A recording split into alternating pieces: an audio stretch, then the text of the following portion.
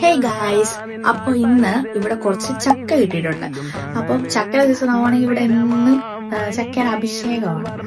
അപ്പം ഇന്ന് പുഴുക്കും അതും ഇതൊക്കെ തിന്നത് മണിത്തു. അപ്പം വിചാരിച്ച് ഇന്ന് കുറച്ച് ചക്ക ഉപ്പേരി ഉണ്ടാക്കാണേ. അപ്പം ചക്ക ഉപ്പേരി ഉണ്ടാക്കാവേ.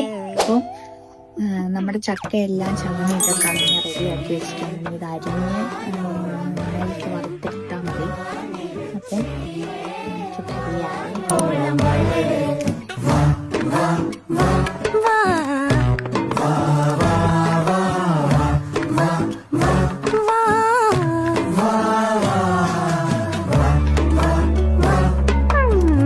Vanilla ചെടിയേ vanilla ചെടിയേ vanilla ചെടിയേ